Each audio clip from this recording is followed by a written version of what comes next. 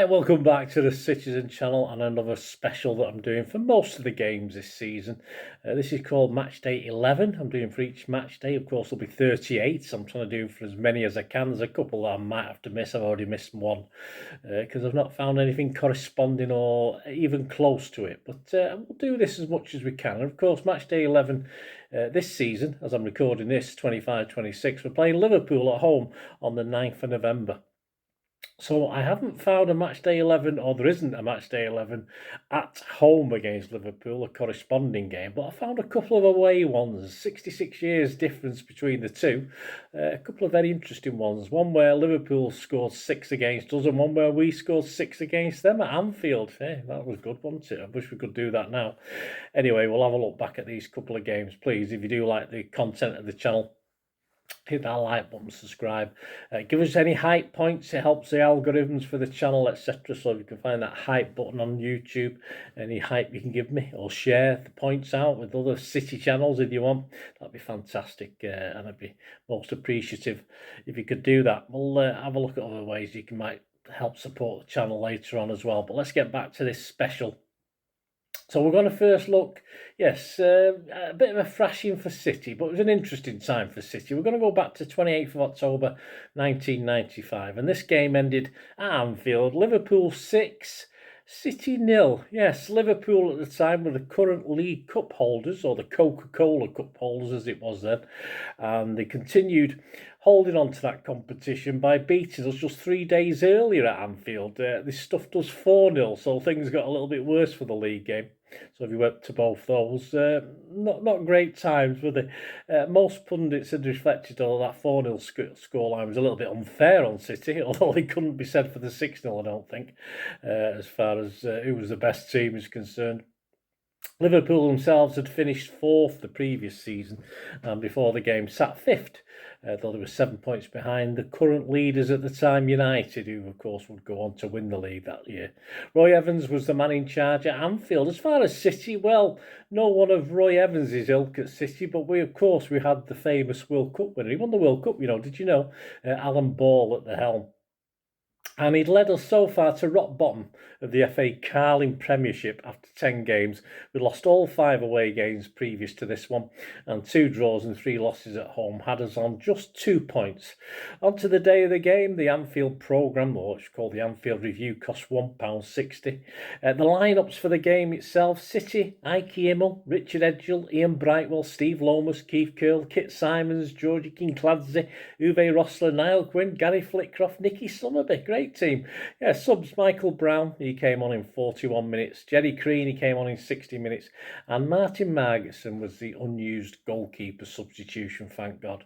Although, having Ike Immel, Martin Margetson, yeah, not a lot between them, I suppose. As far as Liverpool, yeah, some very familiar names, of course, there were David James, Jason McAtee, Mark Wright, John McAtee, Mark Wright, John Scales, Phil Babb, Steve Harkness, Steve McManaman, Jamie Redknapp, John Barnes, Ian Rush, Robbie Fowler. Yes, the three of those lads went on to play for us. The subs: Neil Razor Ruddock, he came on 34 minutes. Mark Kennedy came on 66 minutes, and Tony Warner was the unused goalkeeper. The paper headlines the following morning after this 6-0 rout: Blues left crying for mercy.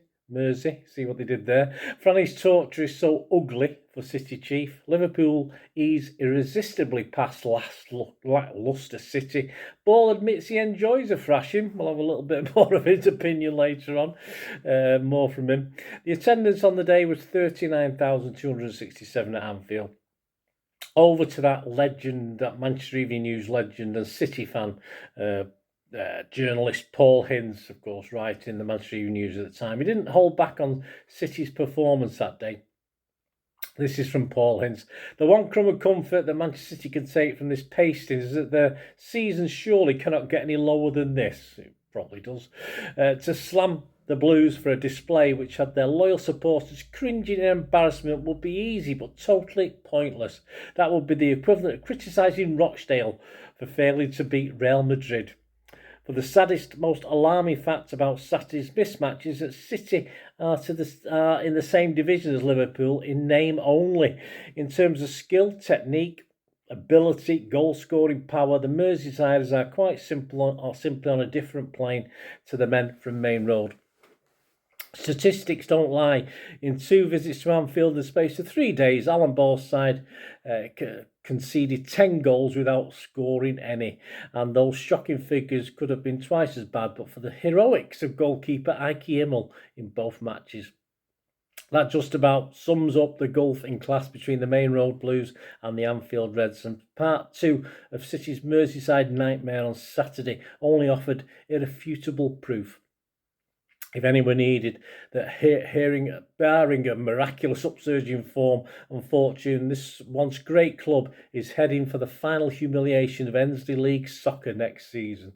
It wasn't called that though, was it? I don't think at the time we did get relegated. The false hope that woeful City could escape from Anfield with anything less than a good hiding was exposed as a daydream by 2 Liverpool goals inside just 5 minutes. The opener came from the Anfield side's first serious attack after only 3 minutes, while Robbie Fowler and Steve McManaman had unaccountably been given the freedom of the park out on the right-hand side. Goalkeeper Immel performed wonders to parry out Jason McAteer's pile driver and deserved better when his save rebounded to the predatory Ian Rush for a simple tap-in. Liverpool's second, 2 minutes later, owed everything to a large slice of luck, as if they needed it, when Jamie Redknapp's 30-yard free kick took a wicked deflection off the City wall to leave poor Immel hopelessly wrong-footed. Oddly, the Anfield men took their foot off the pedal after that blistering opening and seemed more interested in how many passes they could string together. And the weakness that could be seen as that had been punished had they not been facing opponents who had, as though they had lost all their confidence in the ability to score goals. Nicky Summerby blazed high and wide after being put through into a clear scoring position by Niall Quinn, and Quinn caught the same disease when he sliced his shot hopelessly wide after little King Clancy had dropped the over-elaborate John Scales to send the big Irishman clear with only David James to beat. At this level, those chances have to go in, particularly against a team as lethal as Liverpool, and for every Manchester City supporter that happened to be there, it was almost too painful to watch. In the first half, it was harrowing. The second was downright embarrassing as Liverpool stepped up a gear to bury the Blues alive with a wonderful exhibition of attacking soccer goals inside 20 minutes, as many hair-raising near misses as well. The deadly Fowler opened the floodgates 3 minutes into the second half when he gathered Mark Rice's low right-wing cross to shimmy away from Ian Brightwell and Kit Simons to pick his spot with a shot into the bottom right-hand corner. 7 minutes later, it was substitute Neil Ruddock's cue to get in on the action with the beefy defender throwing his beefy when he wasn't playing football, wasn't he? Throwing himself at Redknapp's right-wing corner to thunder a header into the roof of the net. The Blues by now were totally dejected, demoralised, totally outclassed, and the amazing Fowler rubbed salt in the gaping wounds on the hour when he gathered McAteer's cross with his back to goal, still found the time and space to swivel and hook the ball past a helpless Immel. Any boxing referee would have stopped the contest to prevent the helpless Blues taking further punishment, but no such relief was afforded the Main Road men, with Rush pouncing to drill home number 6 after Immel had pulled off another wonder save to push out Redknapp's long-range thunderbolts. Fortunately, the Anfield players decided enough was enough and promptly declared, "Only time will tell if the scars can be healed." Yeah, the form guide, Paul Hince rated Immel a 7. He was our man of the match, according to Paul Hince. Brightwell, Simons, Curl, Edghill, Summerby, Flitcroft, Lomas, Kincladze, Quinn and Rosler all rated 5 out of 10s. And the subs, again, 5 out of 10. Brown 5, Creaney 5. The referee got an 8. Interesting. The referee was Alan Wilkie. There you go, if you remember Alan Wilkie. Alan Bawley's verdict, of course, he loved this, didn't he? In the Manchester Evening News, he wrote afterwards, "Liverpool got off to the perfect start, and once those goals had gone in, there was nothing else to do but sit back and admire their performance. They were irresistible today. They showed everyone how the game should be played, and we were totally outclassed. We lost our most creative player, Kincladze, with an ankle injury, and both Ian Brightwell and Gary Flitcroft played even though they were not fully fit. But I'm not offering that as an excuse. You have got to be honest and say on the day we were beaten by a fabulous team. As a manager, all you can hope is that your players, particularly the younger ones, will store away Liverpool's performance and learn something from it. Our supporters understandably got a little bit frustrated in the second half, but you will not hear one word of criticism about them from me. Those fans have been magnificent for the team all season, and I know they will be there again urging on the players in our next match. They won't give up on us and we won't give up on them. My message to the City fans is that the fight will go on and we will win the fight. There is no tougher scrapper on the block than me, and I will get the World Cup winner, and I will get players back in training and start all over again. This is a big challenge ahead of us over the weeks and months to come, and it's my job to ensure that we will meet it. Well, what happened next? Well, Liverpool followed up this hammering of City with a 2-1 defeat at Newcastle, while City got our first win of the season in a 1-0 home thrashing of next to bottom Bolton Wanderers. Though we did stay bottom of the table, the Trotters having a better goal difference, so we still stayed rock bottom even after beating them. City did better against a not particularly arse Liverpool in the reverse fixture, which was the very last game of the season, of course, a joke game for all of us that were there. A 2-2 draw was certainly not good enough to save Alan Ball's City from relegation at the end of quite a forgettable season. A season where Alan Ball actually won a Player of the Month, didn't he, at Christmas time, unbelievably. Liverpool had to settle just one place better in the Premiership, finishing third, but missed their chance of another trophy, losing, of course, the FA Cup final to United and the league title to United. And finally, a better time and result on October the 26th, 1929. I wasn't there. I was a long way not from being there. 30 years later, I would come on this planet. But as we know, any sort of result at Anfield is as rare as rocking horse poop. Of course it is. But our best and biggest takes us back to the roaring 20s. 26th of October 1929. Liverpool at the time were managed by George Patterson. He was the manager at the start of a pretty undistinguished 8 years in charge. And they played a game more than City at the time in the first meeting. They'd won 4, drawn 3 and lost 3, giving them 11 points. City were managed by Peter Hodge, who did fairly well after a bit of a dodgy start. He was in charge. He'd won the second division title with City before establishing City back into the top flight. And before that Liverpool game, City had played 10, we'd won 6, drawn 2 and lost 2, so we were quite competitive near the top of the table on 14 points. The game itself was watched by a crowd of anywhere between 37,009 and 39,009, depending on who you believe and what statistics you believe. They witnessed the Sky Blues hammering Liverpool 6-1 to keep a possible title challenge by City well and truly alive. The lineups that day, Liverpool playing the old 2-3-5 formation, remember them? Elisha Scott, I say Elisha, that sounds female, doesn't it? Elisha Scott, James Jackson, Robert Dunn, Tom Morrison, David Davidson, Jimmy McDougall, Harold Barton, Gordon Hodgson, Jimmy Smith, Harry Race and Fred Hopkin. City also playing the 2-3-5 formation. Lewis Barber, John Ridley, Billy Felton, Matt Barras, Sam Cowan, Jimmy McMullen, Ernie Tosland, Bobby Marshall, Tommy Tate, Tosh Johnson or Tommy Johnson, Eric Fredbrook. We all got off to the worst possible start for City, though. We went 1 down in the very first minute to a goal from Jimmy Smith, but by half-time, City were 3-1 up. Tate quickly brought City back into the game, equalising after just 3 minutes. He added another on 28, and a Brook goal on 38 minutes increased the lead. In the second half, the thrashing was completed. 2 goals in 2 minutes on 53 and 54 minutes made it 5-1 through Johnson and Brook again. And Johnson was on the score sheet yet again to finish the rout on 75 minutes. So all 3 players got a brace each. And this, of course, remains City's biggest ever win at Anfield. And even wins at Anfield were quite rare, as you know.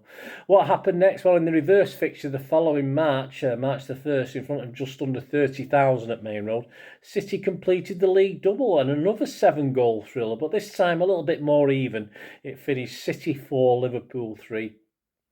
City scorers, again the same 3 as at Anfield. Tate got a couple, Brook and Johnson got the other 2. And for Liverpool, Smith, McPherson and Hodgson scored Liverpool's goal. And despite City battling towards the top of the table, it was Sheffield Wednesday who were the runaway champions this season at the end on 60 points, 10 ahead of runners-up Derby County. And City, well, we had to settle for third on 47 points. Liverpool, despite this embarrassment, finished 12th, so they weren't too bad, but only 6 points behind City. There you go, guys. Hope you enjoyed this Matchday 11 special. The good and the bad of City. Not much in between today. Well, the spectacular, wasn't it? To score 6 goals at Anfield, that's absolutely stunning, isn't it? I mean, I know we scored 4 during COVID, didn't we? I think with it in a rare win there. But anyway, that was pretty good. We enjoyed the content. This little look, Matchday 11 back in time, of course. And Matchday 11 for this season, 25-26, we're covering that, of course, on the 9th of November 2025. If you press those buttons and you want to contact me or through YouTube or any of my socials, or you just want to help support the channel if you like the content, it's always much appreciated. There are ways of doing this. All you ever have to do is keep watching and listening. Thanks for that, guys. Hope you enjoyed the feature anyway, and please, if you can, give us a thumbs up, give us a like, that'd be wonderful. And if you're not already a subscriber, it'd be great if you could subscribe. It's absolutely free. Also, check out all my social media links. They'll be in the description and comments below if you want to follow me on TikTok, Instagram, X, Facebook. We can chat on there and do all things City, of course. Also, if you're into film and TV, don't forget a lot of this channel is film and TV stuff. I love me film and TV like I do City. So if you're into that, have a look. Or if you know someone who might not be that bothered about the football but likes film and TV, give them a kick in my direction. I'll be very grateful. And special thanks as ever to supporters of the channel. Episiode. They've got a little eBay shop selling film and TV memorabilia mainly, including books, magazines, posters, lots of posters, and they do have some City stuff as well that they've purloined off me over time, so there'll be a few bits and pieces, probably more going on as well. So have a look at Piat6505 on eBay. And yes, if you do go onto eBay, and if you're a member, we do have memberships, 99p a month. You get early access to all my vlogs, so as soon as I do them, you get them. Sometimes it could be months before they're published generally, so a lot of the history stuff, so you have access. The membership gives you access to that. It gives you 10% extra off at Piat6505 if you want to buy any of that memorabilia. That's all that you can actually gain that from being a member. And support the channel. That's a great way of supporting the channel, of course, like watching the ads on the original thing that you've seen now, my original feature. That'd be fantastic. So yeah, also, before we go, podcasts. If you like your podcasts, I do a podcast with Mike Long in South Korea. It's called Bolt from the Blue in our 8th season. Yeah, we've had some good fun on there. We're trying to have a bit of humour, generally look at City's games as and when we play them, have a look back. So please check out that. It's on Soundcloud, Spotify, all good places you get your podcasts from. There you go, guys. Thanks for watching. Hope you enjoyed everything about this feature, and you didn't mind me asking you about this at the end. And please, all I ever ask for you is to stay safe, everyone, especially you Blues.